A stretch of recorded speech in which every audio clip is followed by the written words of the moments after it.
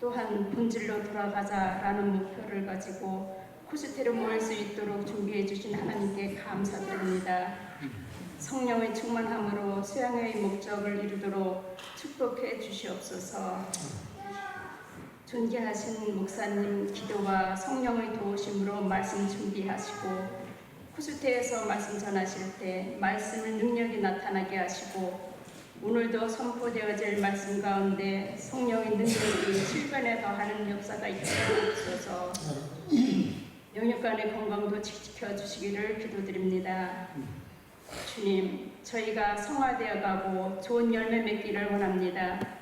말씀을 들을 때마다 상하고 병든 곳을 자외의 날성 컴보다 더 예리한 말씀으로 잘라주셔서 참포도 나무이신 주님의 가지와 머리 대신 주님의 지체로서 부족하지 아니하도록 이 시간을 성령께서 친히 인도하여 주시기를 기도드립니다. 유초등부에서 작년에 이르기까지 말씀으로 잘 양육받고 예수님을 닮아가며 구속의 은혜에 감사하며 오늘도 주일학교 어린 생명들과 청소년 그리고 청년들과 예배를 돕는 성가대와 영상팀과 특별히 봉사부의 섬김을 축복해 주시기를 원하오며 귀하신 예수님 이름으로 감사하며 기도드립니다. 아멘.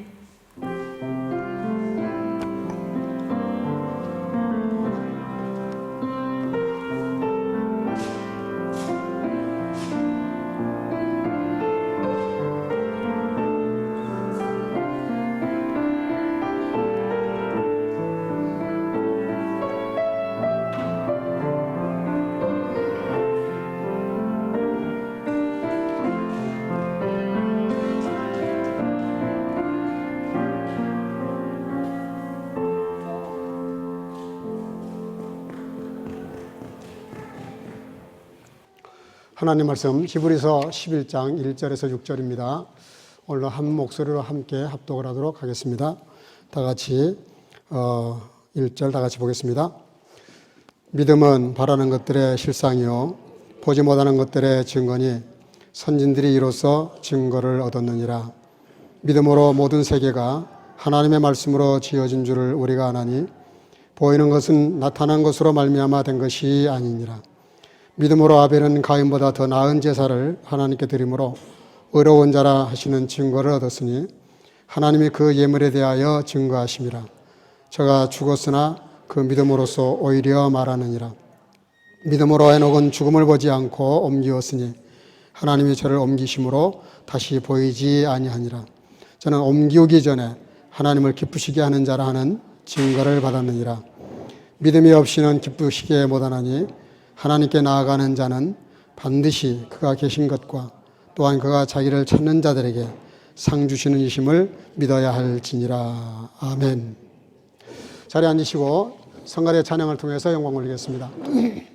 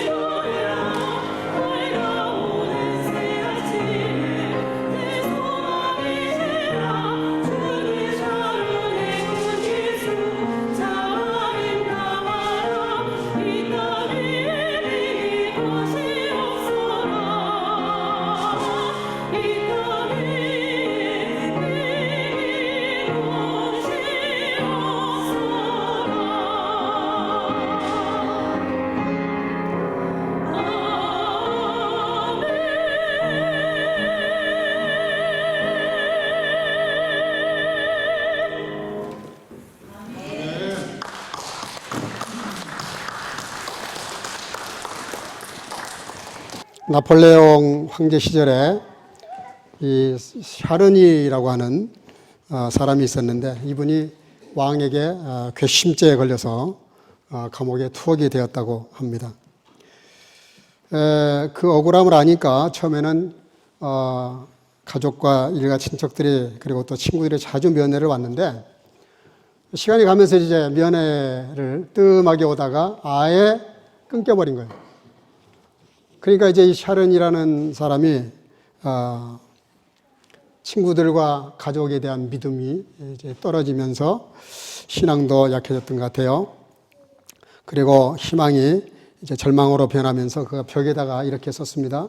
아무도 나를 돌아보지 않는다. 그렇게 절망 가운데 죽지 못해 살고 있는데 하루는 보니까 이 감옥 바닥에 그 조그만 싹이 하나 올라오는 거예요.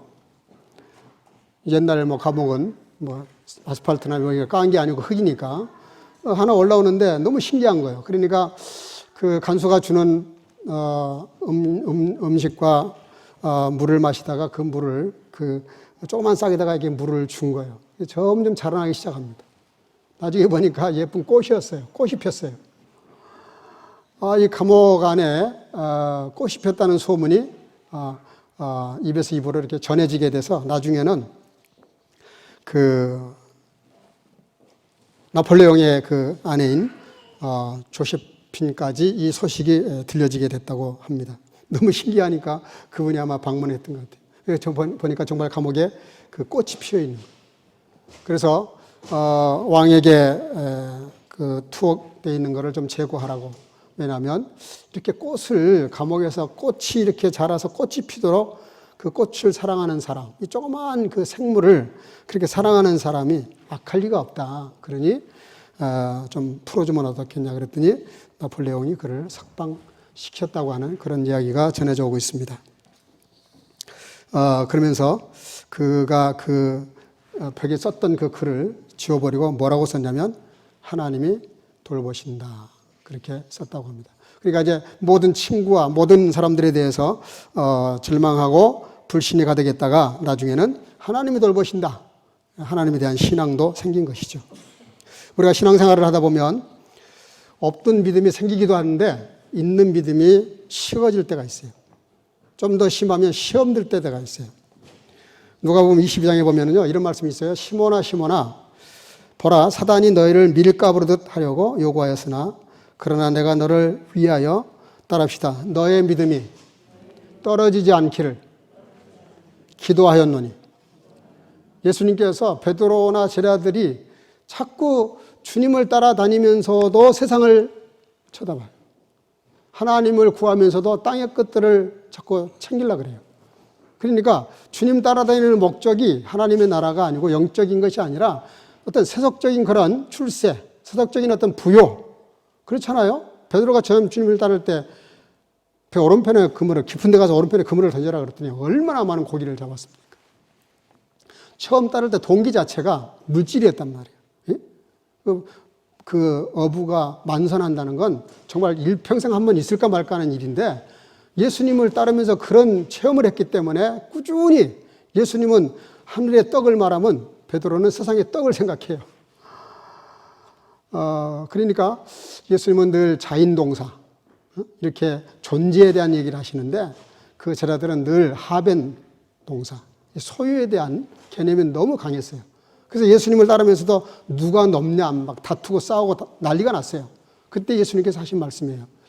우리가 교회 나와서도 신앙생활할 때 마찬가지입니다. 신앙의 본질을 놓치게 되면 비본질적인 거, 예수 믿는 게 진짜 목적이고 믿고 복 받는 건 따라오는 복이거든요. 그건 안 따라와도 되는 거예요, 실은. 우리 따라오는 것들 쫓아가느라고 본질을 놓칠 때가 많아요. 예수님께서 제자들에게 누가 넘냐 다투는데 엉뚱한 말씀을 하시잖아요. 너희들의 믿음이 떨어지지 않도록 내가 기도했는데 그게 왜 그랬느냐? 이게 지금 사단이 너희들을 밀 까부르듯이 흔들고 있는 거다. 여러분들 교회 나와가지고 속된 것들에 대한 자꾸 욕심이 생겨가지고 누구하고 비교한다든지 교회 와서 어떤 세상적인 것을 구하게 되면 사단이 여러분들의 마음을 지금 흔들고 있는 겁니다. 밀 까부르듯이. 교회는 세상적인 데가 아니잖아요. 세상적인 가치를 추구하는 데가 아니에요. 하늘의 가치를 구하고 그것으로 만족하는 것이지 세상 것은 있어도 고맙고 없어도 그만인 것이죠. 히브리서 12장 2절의 상반절에 보면 이런 말씀이 나요. 따라합시다. 믿음의 주여. 그 믿음의 주여라는 말이 나와요. 또 온전케 하시는 예수를 바라보자 그랬는데 이 믿음의 주라는 말이, 믿음이라는 말은 원래 헬라말로 피스티스라는 말입니다. 신뢰한다. 확신을 갖는다. 확고한 확신을 말해요. 주여는 아르게코스인데요. 큐리오스가 아니라 아르게코스인데 이게 뭐냐면 통치자라는 뜻입니다. 리더를 말해요. 쉽게 말하면 이런 단어예요. 믿음의 주여 이 말은 믿음의 왕이시여 이런 뜻입니다. 우리들의 믿음의 왕이 되시는 분이라는 거예요. 우리 예수님이. 그러니까 우리가 예수님을 따르려면 예수님과 칼라가 같아야 될 거 아니에요. 수준이 같을 수는 없어요. 그래도 칼라는 같아야 돼요. 예수님이 이쪽으로 가시면 적어도 똑같이는 못 가도 그 방향으로는 가야 되는 거예요. 그게 예수 믿는 사람의 상식적인 삶이죠. 우리나라 말처럼 애매한 단어가 많은 나라도 없어요. 이걸 독일어로 번역이 가능한지 모르겠어요. 제가 우리 대성 형제한테 보냈는데 이게 어떻게 될지 모르겠어요. 반신반의. 반은 믿고 반은 의심한다는 뜻인데요. 애매모호. 이것도 아니고 저것도 아니고. 응? 알쏭달쏭. 참 또 뭐 긴가 민가. 인지 아닌지. 제일 많이 쓰는 거. 글쎄요. 다 보면 말이 이게 확신이 없는 말들이에요. 믿는 것도 아니고 안 믿는 것도 아니고. 믿는 것 같은데 또 안 믿는 것 같고. 안 믿는 것 같은데 믿는 것 같고. 그래서 우리 민족이 잘 믿기도 하지만 잘 의심도 하는 것 같아요. 오늘 같이 나누려고 하는 것은 도대체 믿음으로 산다는 건 뭘 의미하는가. 오늘 본문 말씀 가지고 몇 가지 좀 생각을 해보려고 합니다. 1절에 우리 다 같이 한번 읽어보겠습니다. 너무나 유명한 말씀인데요. 시작. 믿음은 바라는 것들의 실상이요 보지 못하는 것들의 증거니.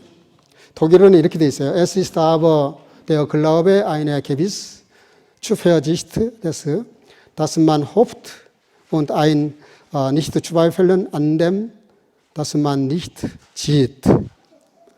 이렇게 좀 직역을 하면 이렇습니다. 믿음은 내가 소망하는 것, 바라는 것들에 대한 확실한 확신이며 소망이며 보이지 않는 것들에 대해서 의심하지 않는다. 그런 뜻이에요. 독일어 번역이 훨씬 더 이렇게 잘 알아듣기 쉽게 이렇게 해놨어요. 여기 바라는 것들. 우리 식으로 말하면 소망하는 거죠. 뭔가를 소망하는 거죠. 뭔가를 소망한다는 거는 생각한다는 거예요. 생각한다는 거예요. 믿음이란 그 구체적인 내용이 뭐냐? 이 바라는 것들의 실상이라는 거, 바라는 것들의 확실한, 확고한 확신이라는 말이 무슨 뜻이냐? 생각을 의미해요. 생각을. 믿음이라는 거는 그냥 무작정 상대방을 이렇게 신뢰하는 게 아니라 생각. 내가 뭔가를 믿으면 그걸 생각하는 거예요. 아브라함이 99세가 됐을 때 하나님이 갑자기 천사를 보내가지고 너네 님한테 아이가 있겠다 그러니까 아브라함이 속으로 웃잖아요. 예? 차마 이렇게 내놓고 웃기는 좀 민망하니까 속으로 웃으면서 무슨 생각을 하는 거죠? 에이구, 하나님 농담도 잘하십니다. 지금 이 나이에. 그래서 살아는 또 여인으로서 생산의 기능이 끊겨버렸어요. 이미 경수가 끊겼단 말이에요. 이미 아이를 낳을 수가 없어요. 근데 아이를 낳는다고 내년 이맘때 아이가 있을 것이다 그러니까 아브라함이 뭐라 그러죠? 하나님, 지금 내가 키우고 있는 이스마엘이나 잘 내 앞에서 하나님 앞에서 자라게 해주세요. 하나님이 아니, 딱 잘라요. 나인, 노, 그렇지 않아. 반드시 내년 이맘때 아이가 있을 것이야. 그래서 정말 아이를 낳게 해서 이름을 이삭이라 그랬어요. 하나님이 나로 웃게 하신다. 처음에는 의심이 가서 웃었던 거예요. 반신반의가 되고 너무 웃기는 소리였어. 근데 진짜 웃게 만드셨어요. 1년 만에 이삭을 낳았어요. 그걸 로마서에서는 뭐라고 말하냐면요. 100세가 됐는데도 그 믿음이 떨어지지 않았다 그랬어요.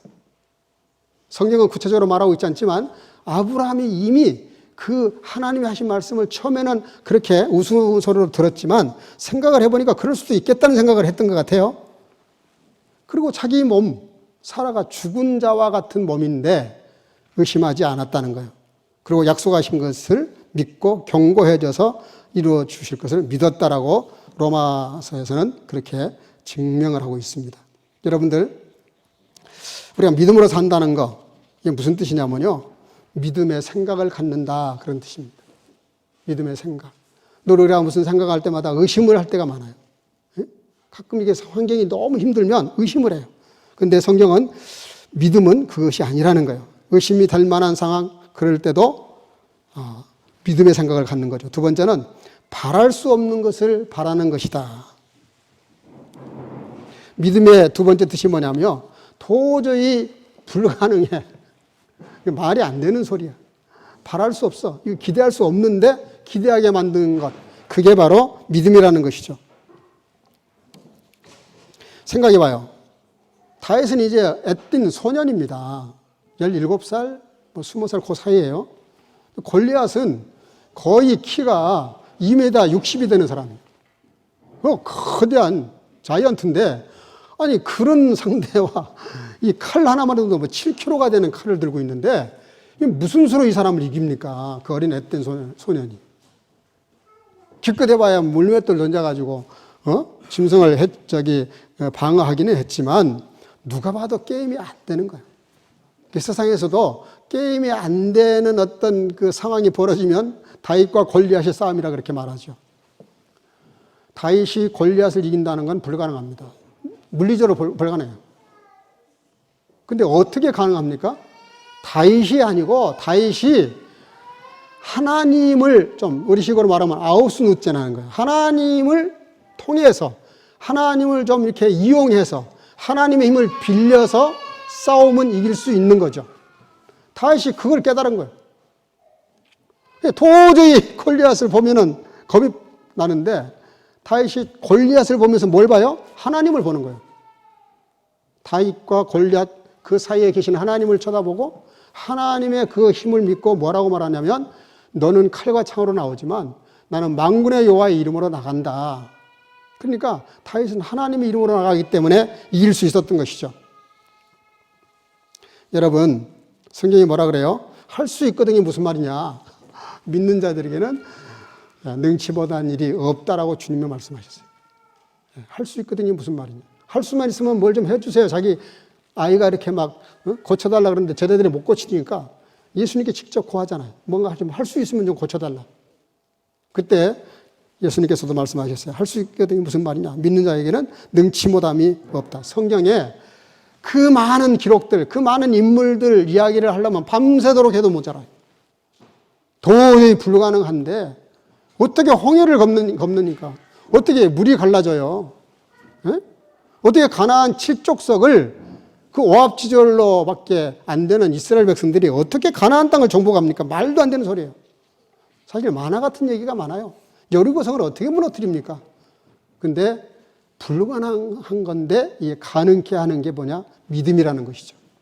여러분들 좀 뭔가 이렇게 벽에 부딪힌 것 같은 느낌을 받을 때 오히려 여러분들 기대하시고 가슴을 설레야 돼요. 어떻게 해서 하나님이 이것을 나에게 놀라운 기적을 만들어 주실 것인가? 코스트 하면서도 그런 생각할 때가 많았어요. 이번 또 어떻게 이 많은 무조건 1년의 예산이 6만 유로가 넘어요. 그렇게 소요가 돼요. 근데 그 많은 돈을 어디서 끌어옵니까? 또 그 좋은 강사님들을 또 어디서 불러옵니까? 아니 세상에 부흥회를 가면은 교회에서 사례비를 주는데 코스트는 자기가 후원금을 내놓고 비행기표 끊어가지고 와야 되는데 그러면 보통 강사 하나가 여기 나오려고 그러면은 1,000만 원 돈이 훅 나가요. 누가 그렇게 나와서 하려고 그러겠어요? 이번에도 지금 계산을 해보면은 모자라요. 근데 하나님도 어떻게 역사하실지 몰라요. 한 번도, 어쨌든 이러든 저러든 적잖하게 하지 않도록 하나님이 다 이렇게 채우셨어요. 그러니까 문제가 보인다.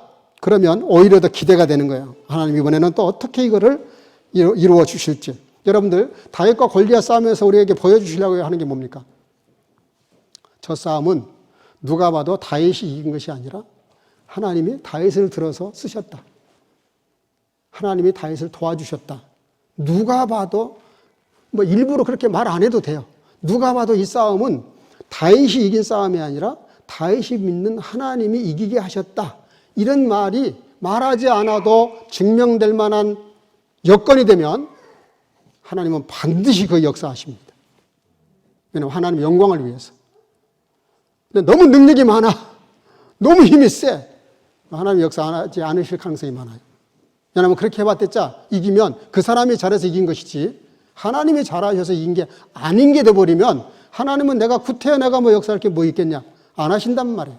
그러니까 여러분들 너무 힘들고 어려울 때 오히려 하나님을 잘 믿는 믿음이 되시기를 주 이름으로 축복합니다. 그래야 능력이 나타나요. 세 번째는 믿음의 언어를 사용하라는 거예요. 3절에 믿음으로 세상이 말씀으로 지어진 줄을 아나니. 자, 한번 다시 읽어볼까요? 시작. 믿음으로 세상이 말씀으로 지어진 줄을 아나니. 어떻게 세상이 지어졌다고요? 말씀으로. 그래서 우리 믿음의 사람들은요, 이 믿음의 언어가 필요해요. 믿음의 언어. 꼭 말을 해도 초를 치는 사람이 있어요. 그 이야기면 좀 좋게 말하면 좋겠구만. 굳이 꼭 그렇게 꼬집어서 비틀어가지고 안 될 것처럼 말을 하면 될 것도 안 되죠. 예? 그래서 우리가 무슨 말을 해도 좀 이 믿음의 언어가 필요합니다. 여러분들, 엘리야가 왕에게 한 말이 있어요. 그 무슨 말을 하냐면 왕에게 찾아가서 하는 말이 왕이여 내가 큰 비의 소리를 들었습니다 그래요. 내가 지금 큰 비가 오는 소리를 듣습니다. 근데 지금 하늘은 구름 한 점이 없는데 그렇게 이야기를 해요. 이게 무슨 얘기죠? 믿음의 말을 하고 있는 거예요. 믿음의 말을. 지금 구름 한 점이 없는 쨍하고 햇빛이 나 있는데 비가 온다는 거예요. 근데 정말 엘리야가 머리가 두 무릎 사이에 들어갈 만큼 간절히 하나님께 기도합니다. 그런데 저쪽 끝에서 조그만 구름 하나가 떠올라요. 나중에는 정말 3년 반 동안이나 이렇게 비가 안 왔는데요. 비가 막 쏟아지기 시작합니다. 이게 무슨 얘기입니까? 믿음의 말을 하기 전에 믿음의 생각을 한 거죠. 믿음의 생각을 하니까 믿음의 말이 나와. 그래서 정말 그 가뭄에 비가 오게 됩니다. 예수님께서 나사로를 살리실 때도 뭐로 살려요? 나사로야 나오너라. 근데 무덤이 쫙 열었더니 거기서 나사로가 몸을 징징징징 감아놨는데 그 감아놓은 채로 걸어 나오는 거예요. 여러분들이 정말 성공하고 싶으시고, 성공이라는 말이 좀 이상하긴 한데 무슨 일을 말씀 가운데 역사를 이루시고 싶으시면 믿음의 생각도 하시고 믿음의 그 생각을 말로 해야 돼. 요셉이 왜 환난을 나갑니까? 꿈을 꿨으면 가만히 있을 것이지. 그걸 말을 했다고, 말을. 요셉이 말을 해요. 그 말한 것 때문에 형들에게 미움받아가지고 팔렸죠. 예? 얼마나 미웠으면 팔아버렸겠어요. 그러니까 요셉이 그렇게 그 말을 한다는 게 그게 얼마나 중요한지 몰라요. 믿음의 말을 했더니 그 요셉이 그 말 때문에 미움받아서 팔려가지고 이집트까지 노예가 돼서 갔지만 그 말 한마디 한 거, 저희가 하나님이 주신 꿈을 꾸고 그 믿음의 말을 했더니 그 믿음의 말이 결국은 역사를 이루게 되죠. 네 번째는 오늘 본문 6절입니다. 한번 다 같이 읽어보겠습니다. 6절 다 같이 시작. 믿음이 없이는 기쁘시게 못하나니 하나님께 나아가는 자는 반드시 그가 계신 것과 또한 그가 자기를 찾는 자들에게 상 주시는 이심을 믿어야 할지니라. 아멘. 아멘. 네. 네 번째는 이 믿음은 하나님을 기쁘시게 한다는 거예요. 근데 뭐 하나님까지 찾을 필요가 없고요. 우리가 그냥 삶에서 알 수 있는 거예요. 삶에서. 누군가가 상대방이 나한테 뭔가 이렇게 의심하는 느낌이 딱 들면 진짜 기분 나쁘잖아요. 그러죠? 제일 기분 나쁜 거는 누군가가 나를 불신하는 거예요. 근데 요즘 시대처럼 불신이 가득한 세상이 없었어요. 너무 불신을 해요. 네. 정말 요즘은 아무도 믿지 못하겠다는 말을 해요. 그래도 그럴 것이 믿었던 사람들이 자꾸 배신을 때리니까 불신할 수밖에 없는 것도 현실이에요. 근데 우리가 다른 거는 몰라도 하나님에 대해서만은 아무리 세상에서 1000번, 10,000번을 속았어도 하나님에 대해서는 믿으시기를 주 이름으로 축복합니다. 그분은 믿으실 수 있는 분이니까. 성경 66권 중에서 65권을 다 성취하셨잖아요. 그럼 믿어야지. 그렇잖아요? 사업하는 사람들이 왜 신용을 중요하게 생각합니까? 그동안에 자꾸 이렇게 신용을 지키려고 어떤 회사는 그 약속을 지키려고 그냥 훌러 그냥 밤새도록 일을 해서 그 날짜에 물량을 딱 만들어서 보내요. 그거 한번 어기면 신용 떨어지면 거래가 다 끊깁니다. 저 회사는 뭔가 뭐 계약을 하고 약속을 하면 반드시 무슨 일이 있어도 하늘이 두 쪽이 나도 약속을 지킨다. 사업하는 사람들 그게 기본입니다. 기본. 그게 기본이에요. 그게 안 되면 사업 못 합니다. 생각해 봐요. 믿음의 세계가 얼마나 신비한가. 우리가 하나님을 믿는다는 것이 얼마나 우스운 얘기인지 아세요? 마치 이런 거예요. 우리가 은행에 가서 돈을 빌리는데 돈을 빌리려고 그러면 담보가 뭐냐고 물어봐요. 담보가. 그럼 집문서나 땅 문서를 갖고 가야 돼요. 아니 뭐 뭔가 돈이 나올 수 있다는, 빚을 갚을 수 있다는 뭔가 배바이젠이 필요하죠. 은행이 오히려 돈을 빌리러 오는 사람에게 신용을 물어보죠. 뭐를 갖고 올 수 있는지. 근데 신앙의 세계는 거꾸로 가요. 거꾸로. 우리가 하나님을 믿냐 안 믿냐, 믿을 거리가 있냐 없냐 이거를 평가를 하려고 그래요. 그래서 내가 하나님께 믿음이 없으면 안 믿으려고 그러고 뭔가 좀 믿음의 말을 듣거나 자기 이성이 이해가 되면 믿으려고 그래요. 그러니까 돈 빌리러 간 사람이 은행을 믿냐 안 믿냐 이런 상황이라 이게 상황이 지금. 우리가 하나님을 믿냐 안 믿냐 그게 뭐냐면 돈 빌리러 간 사람이 은행을 믿냐 안 믿냐 그걸 보고 돈을 빌려주겠다. 말이 안 되죠. 내가 그 은행 갈 때는 내가 은행을 믿으니까 가는 거 아니에요? 그 은행에 지금까지 그 신용을 보고 그 은행이 얼마나 경고가 얼마나 큰 자본을 갖고 있고 얼마나 많은 돈을 갖고 있는지 우리가 알고 설사 은행에 부도가 나더라도 국가가 어느 정도 책임을 져준다는 게 있으니까 그러니까 돈을 갖다 맡기기도 하지만 돈 빌리러 가면 내가 은행을 평가하는 것이 아니라 은행이 나를 평가하는 거예요. 우리가 얼마나 믿음 생활하면서 착각을 하냐면 여러분들이 믿고 안 믿고를 너무 중요하게 생각하는데 그거 웃기는 얘기입니다. 여러분들은 믿고 안 믿고 하나님은 아무 상관없어요. From your house. 전혀 상관없어요. 여러분들이 안 믿는다고 해서 하나님의 나라가 무너집니까? 펑크가 납니까? 여러분들이 하나님 믿고 안 믿고가 그렇게 중요한 줄 아시는데 천만의 말씀. 하나님이 나와 여러분들을 믿어주시는지 안 믿어주시는지 그게 진짜 포커스 거기다 맞춰야 돼요. 여러분들 안 믿으시면 어떡할 거예요? 하나님 안 믿어주시면 어떡할 건데? 다 죽어요. 다 죽습니다. 여러분들 믿음의 생각의 전환이 필요해요. 내가 하나님을 믿냐 안 믿냐 이것도 물론 중요해요. 근데 더 중요한 건 하나님이 나를 믿어주실런지 안 믿어주실런지 하나님은 나를 기뻐하실런지 안 기뻐하실런지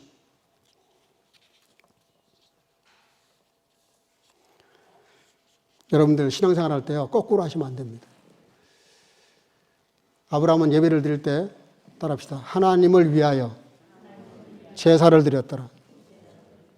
우리는요 거꾸로 해요. 내 기쁨을 위해서 예배 드리고 제사 드려요. 그게 잘못된 겁니다. 여러분들이 교회 나와서 예배 드릴 때요 하나님을 어떻게 하면 내가 예배를 정말 하나님이 기뻐하실 만한 예배를 드릴까. 근데 오늘 본문에 뭐라 하냐면 믿음으로 해야 된다. 믿음이 없이는 하나님을 기쁘시게 못한다. 그러니까 하나님을 좀 신뢰하라는 거예요. 하나님을 신뢰하지 않으면 기분 나쁜 건 너무나 상식적인 얘기잖아요. 미타니 야스토라고 하는 한 젊은이가 일본의 화장품 생산 대기업인 가네보라는 회사가 있다는 전 잘 모르겠어요. 하여간 이 가네보라고 하는 회사가 굉장히 큰 회사인데 이 일본 회사에 그 회사에 이 친구가 입사를 했대요. 미타니 야스토라는 사람이. 그래서 아내로부터 전도를 받아가지고 이 친구가 예수를 믿게 됐는데 그 회사를 들어가서 회사를 다니는데 아내가 하루는 남편에게 그런 말을 했대요. 여보, 당신 거기서 진급 안 해도 괜찮아. 월급 많이 안 받아도 와도 괜찮아. 그래서 하나님이 싫어하는 거 하지 마. 하나님이 싫어하는 거 안 하려다가 회사 잘리면 그냥 사표내. 그러면 내가 일할 테니까. 그리고 우리 그냥 예수님 전하면서 전도자로 삽시다. 그러면서 남편에게 그런 얘기를 하니까 이 남편이 그냥 하늘을 나를 만큼 가벼워진 거예요.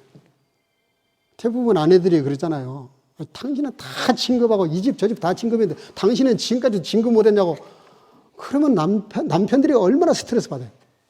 근데 이 아내는 그게 아니야. 괜찮다는 거예요. 그러니까 이 친구가 너무 편한 마음으로 성실하게 일을 했대요. 근데 정말 이분이 무슨 직분을 맡았냐면은 그 회사의 부장이었는데 인사부장이었는데 이분이 해야 될 일 중에 하나가 뭐였냐면 신사에 가서 참배하는 거. 그 일을 주도적으로 해야 될 임무가 주어졌대요.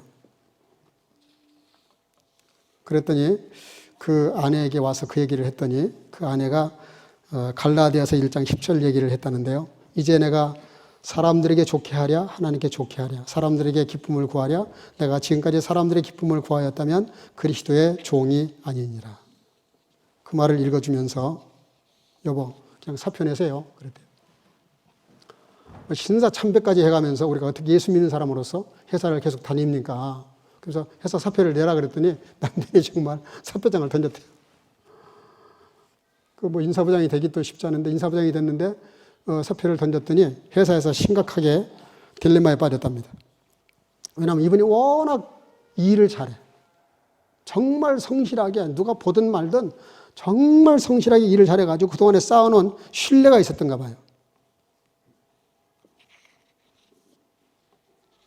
그랬더니 회사가 그 친구의 사표장을 놓고 임원들이 회의를 모였답니다. 결국은 결론이 뭐냐? 그 일을 빼고 회사 계속 다니도록 사표를 반려했답니다. 이 친구가 계속해서 그 회사에서 열심히 일을 해가지고 나중에는 이 가네보 회사의 CEO 자리에까지 올라갔습니다. 놀랍지 않아요? 우리는 신앙으로 말씀으로 성실하게 살면 안 될 것처럼 의심을 해요. 그것이 하나님에게 좀 믿게 보이더라도 세상 상사에게 이쁘게 보이려고 그렇게 살다 보니 사람의 종이 돼가지고 오히려 줏대가 없고 철학도 없고 인생관이 없는 그저 세상 물결 따라 살다 보니 엉망진창이 되고 그래서 결국은 그 삶 목적도 잃고 이유도 잃어버리고 그리고 구체적인 삶도 너절하게 돼버리는 데는 그런 교훈이죠. 이분이 결국은 그 회장 자리에 있으면서 50개국의 3,500여 명의 기업인들에게 전도를 했답니다. 기업을 하면서도 얼마든지 예수를 믿을 수 있고 얼마든지 성공할 수 있고 얼마든지 증거할 수 있다는 걸 보여준 거죠. 실합니다.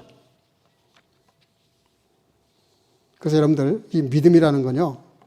보통 능력이 아닙니다. 엄청난 축복이에요. 정말 하나님을 신뢰하고 살면요. 어마어마한 그런 보화들이 기다리죠. 그래서 에베소서 2장에 보면 너희가 그 은혜로 말미암아 믿음으로 구원을 받았나니 이건 너에게서 난 것이 아니라 따라합시다. 하나님의 선물이라. 믿음을 가졌다는 건 여러분들 하나님으로부터 선물 받은 거예요. 왜 그런지 알아요? 잘 안 믿어지거든요. 내가 믿고 싶은데 잘 안 믿어져요. 공부도 많이 했고 세상 이치도 알고 또 이치를 뛰어넘어서 인간 세계의 한계도 알고 그러니 절대자가 있을 거라는 건 막연히 알기도 하면서도 믿고 싶은데 못 믿겠다는 사람들이 많아요. 여러분들 하나님이 믿어진 것은 이미 큰 선물을 받은 것입니다. 여러분들 다섯 번째는 따라합시다. 믿음으로 순종을 배우자. 예, 히브리서 5장 8절 10절인데 우리 다 같이 한번 읽어보겠습니다. 히브리서 시작. 그가 아들이시라도 받으신 고난으로 순종함을 배워서 온전하게 되었은즉 자기를 순종하는 모든 자에게 영원한 구원의 근원이 되시고 하나님께 멜기세덱의 반차를 좇은 대제사장이라 칭하심을 받았느니라. 아멘.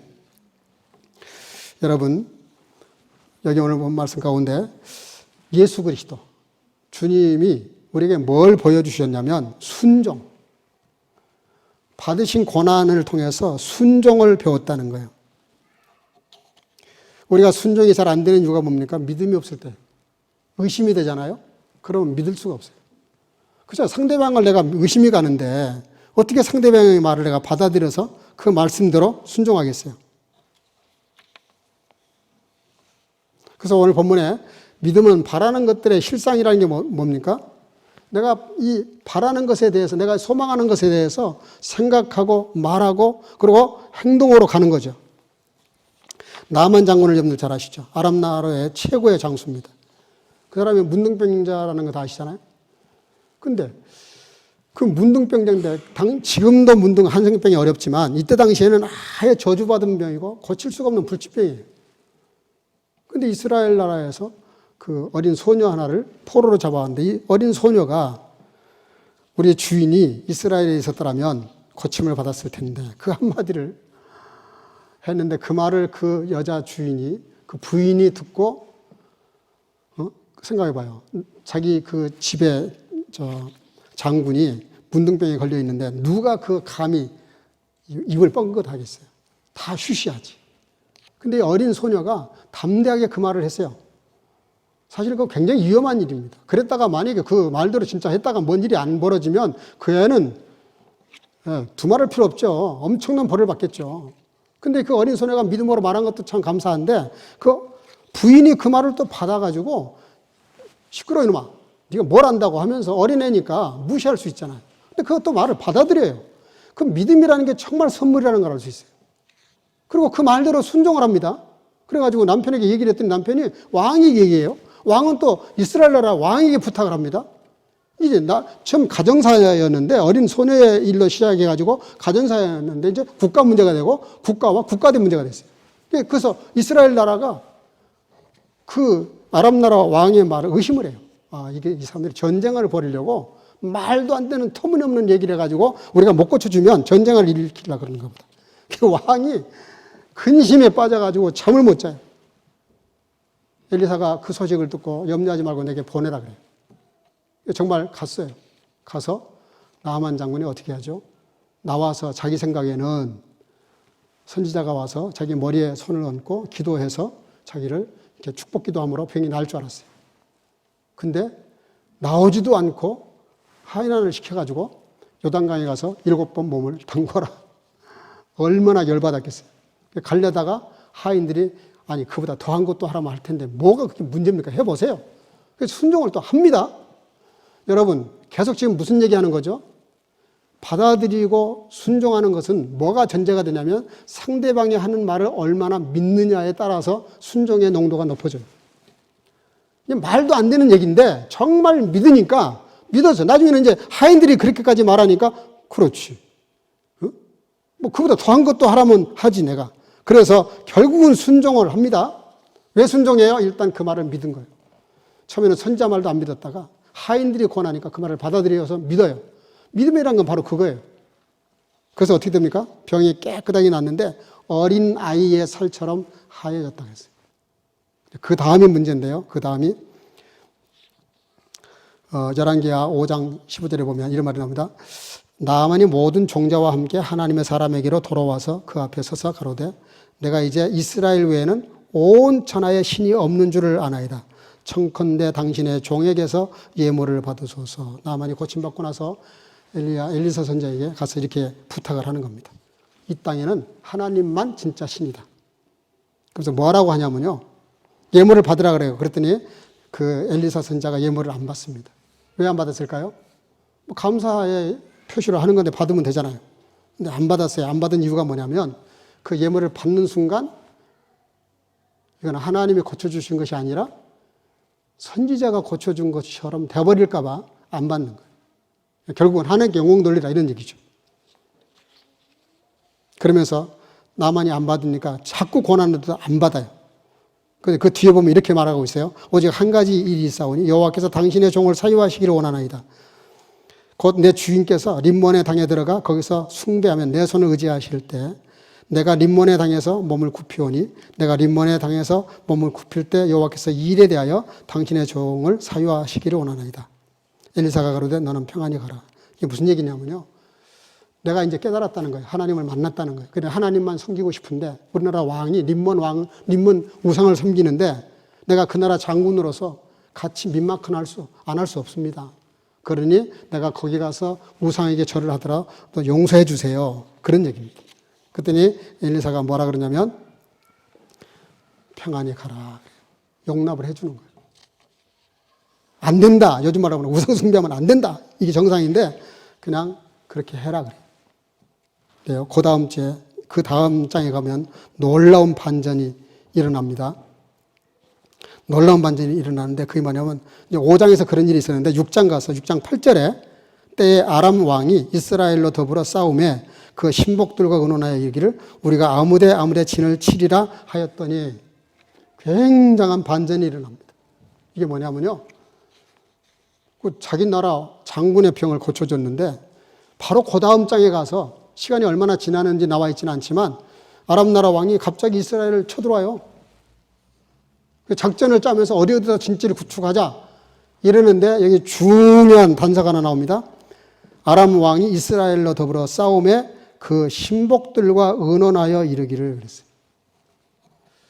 여기 아람 나라에 그 나아만 장군의 이름이 빠져 있어요. 많은 신학자들은 이걸 어떻게 해석을 하냐면, 나만 장군이 림본 신 앞에 가서 우상을 계속 섬기다가 마음이 괴로운 거예요.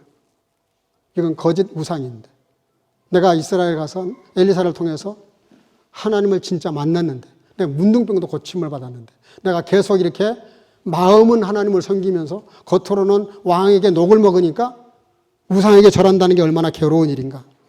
그래서 그가 사표를 던졌을 것이다. 그리고 그냥 조용히 초야에 묻혀서 하나님을 섬겼을 것이다. 그렇게 이야기를 합니다. 신복들과 의논했다 그러면서 나만 장군의 이름이 빠져 있어요. 그 나라의 최고의 영웅인데, 이게 무슨 얘기죠?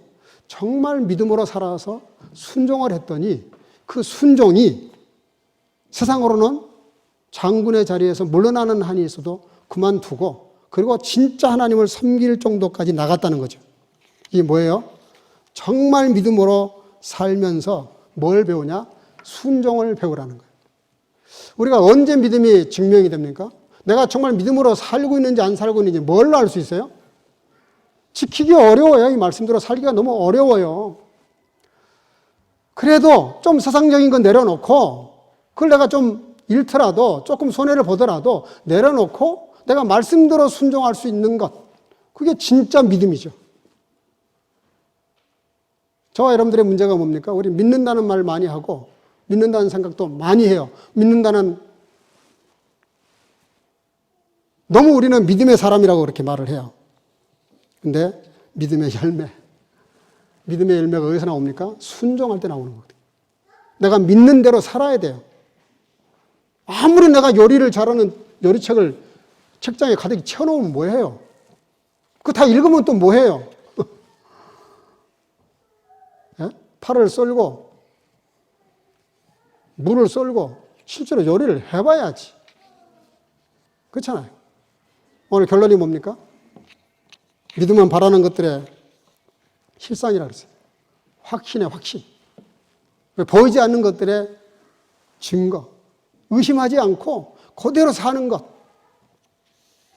그래서 예수님조차도 그가 육체에 계실 때 자기를 죽음에서 능히 구원하실 이에게 따라합시다. 심한 통곡과 눈물로.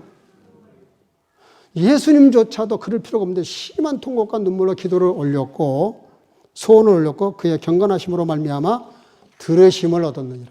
삶의 열매가 나타나는데 그 열매가 뭐예요? 십자가에서 자기를 죽이는 겁니다. 예수 믿는다는 거 여러분들 너무 세상적인 기대를 하면 안 됩니다. 그러면 정말 예수 안 믿어야 돼요. 내가 세상적인 축복을 많이 받고 그게 다이기를 원하면 예수 믿어가지고는 어림도 없습니다. 예수를 믿는다는 것은 때로 환난이 될 수도 있고 고난이 될 수도 있고 손해를 볼 수도 있고 잃을 수도 있어요. 그러나 우리는 더 영원한 가치를, 또 영원한 것들을 소유한다는 것 때문에 예수를 믿는 것이지, 이 세상 것들로만 우리가 산다면은 예수 안 믿고 오히려 세상적으로 사는 것이 더 복을 많이 받을 수도 있어요.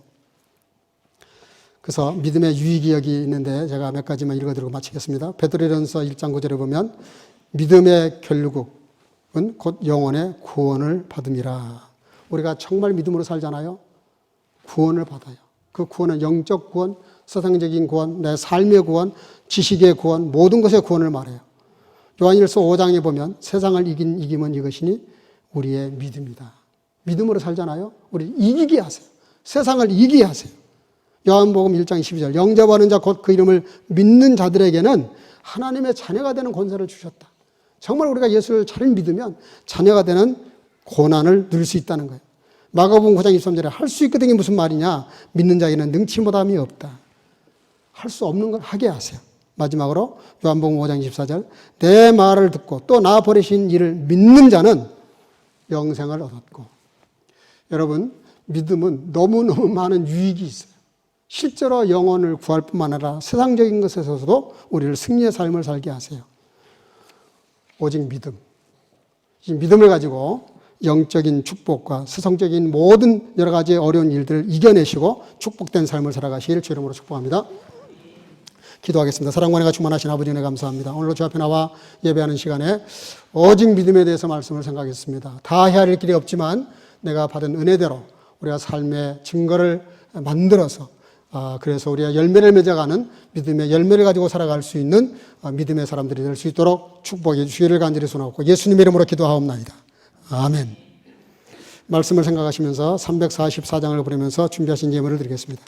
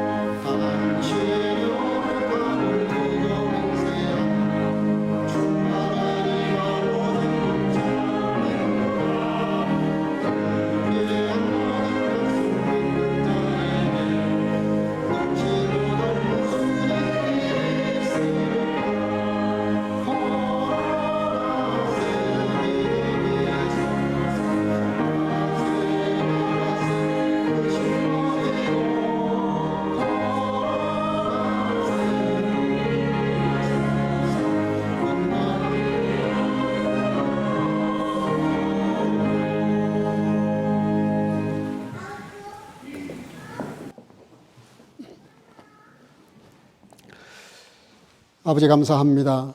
온천한 마무리 다 주님에게서 나왔고 주님께로 말미암다가 또 모든 것이 다 주님께로 돌아갈 것이기에 내 것이 아무것도 없고 또 좀 있다 할지라도 또 아무것도 없이 돌아갈 것인데 이 땅에 사는 동안에 우리에게 청지기적인 삶을 살라고 여러 가지 많은 은사와 또 소유와 여러 가지 생명을 허락하신 아버지 하나님, 오늘 그 만 가지 은혜가 주님께로부터 왔음을 고백하는 마음으로 11조를 드리고 또 모든 것이 은혜요 감사인 줄 알아 감사의 예물을 드리고 또 아버지 복음을 전해야 되겠기에 선교와 또 어려운 사람들을 도와야 되겠기에 구제 예물을 드리는 성도들, 또 예배 참석하지 못하지만 영상으로 예배드리며 온라인으로 예물을 드리는 성도들, 주령금을 드리는 성도들, 또 어린 생명들 다 축복해 주셔서 그 중심대로 하나님, 은밀히 보시는 하나님께서 그 중심대로 갚아주셔서 차고 넘친 인생을 살아가도록 그렇지 않은 인생보다 더 큰 은총으로 베풀어 주시기를 간절히 소원하고 예수님의 이름으로 축복하고 기도하옵나이다. 아멘.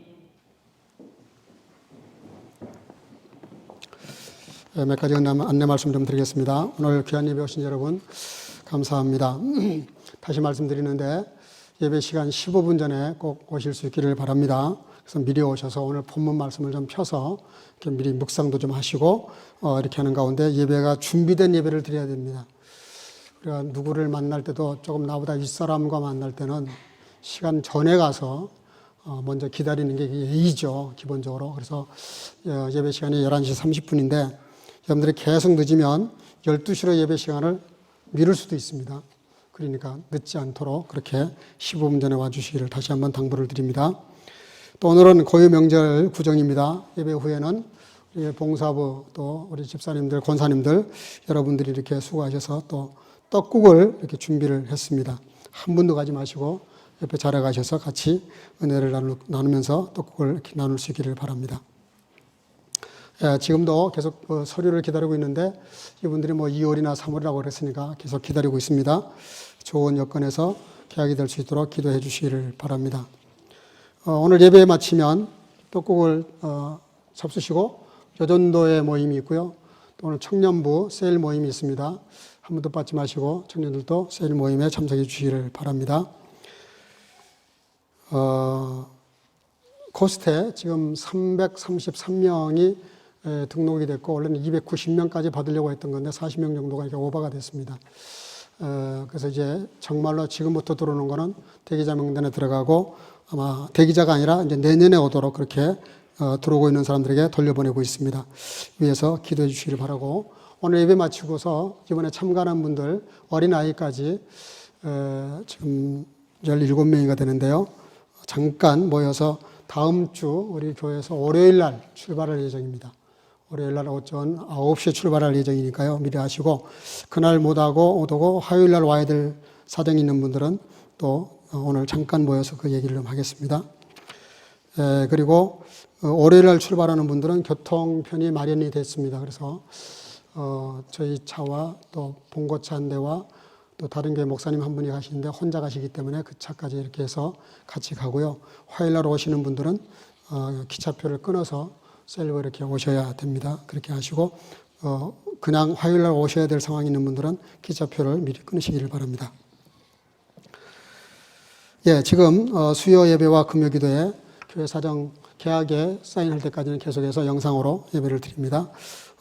기도해 주시고 지금 많이 참석하시는데요. 다른 분들도 좀 많이 들어와서 참석해 주시기를 바랍니다. 우리 옆 사람과 인사합시다. 오직 믿음으로 삽시다. 한 번 더 합시다. 주님의 이름으로 사랑하고 축복합니다.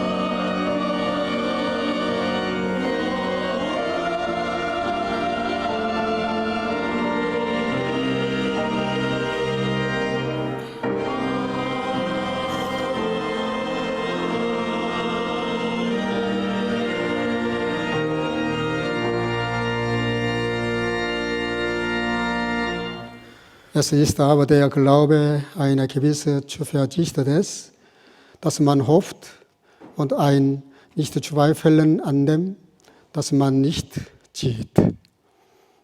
Die Gnade unseres Herrn Jesus Christus und die Liebe Gottes und die Gemeinschaft des Heiligen Geistes sei mit euch allen.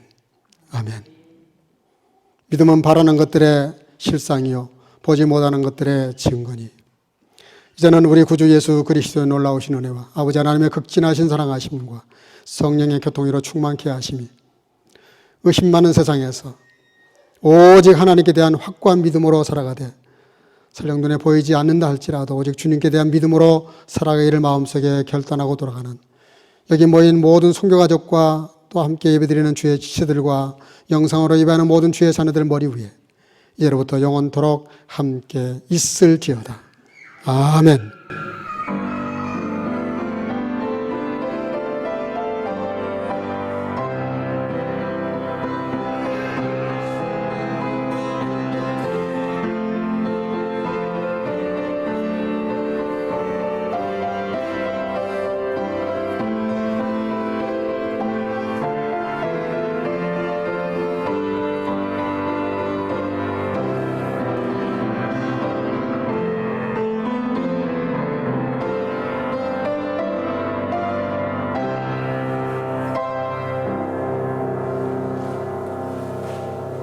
잠깐만 자리 앉으시고요. 네, 우리 지난 주간에 최유나 어린이 생일이었습니다. 예, 앞으로 좀 나올까요? 예. 아유 예뻐요. 예. 매니큐어 발랐어요. 아유 예뻐요. 예. 예, 우리 목사님 선물 주세요. 예, 감사합니다. 박수로. 예, 잠깐만 서 있어요, 거기. 예. 예, 무럭무럭 잘합니다. 예, 우리 축하하겠습니다. 예.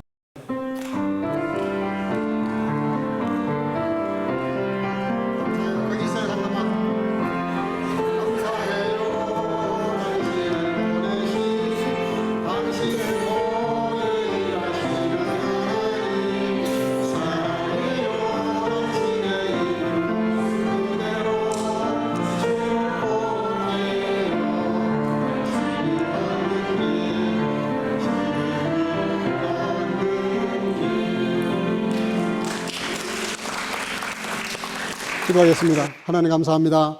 또 예배 잘 마치고 우리 사랑하는 딸 최윤아 어린이가 지난 주간에 생일을 맞이했습니다. 믿음의 가정에서 태어나서 선택받아 태어나게 하시고 또 아버지 믿음의 가정에서 믿음으로 자라게 하신 아버지 하나님 늘 존귀하고 영육으로 강건하고 그리고 행복하고 복된 딸로 잘 자라서 부모의 자랑되고 하나님께 큰 영광 돌려드리는 귀한 딸로 축복해 주시기를 간절히 소원하고 오늘 예배를 드리는 모든 성도들 이 한 주간도 주님과 동행하며 승리케 하시고 오늘 특별히 떡국 잔치를 위해서 헌신하고 수고하는 많은 우리 권사님들 계시는데 하나님께서 축복하시고 이루하시고 섬김이 늘 하늘의 복으로 채워주시기로 나오고 이 한 주간도 주님과 동행하며 온 살아있는 성도들 어디에서 무엇을 하든지 주의 이름으로 승리할 수 있도록 믿음으로 승리할 수 있도록 축복해 주옵소서. 예수님의 이름으로 축복하고 기도하옵나이다. 아멘. 영광의 것을 올리겠습니다. 할렐루야.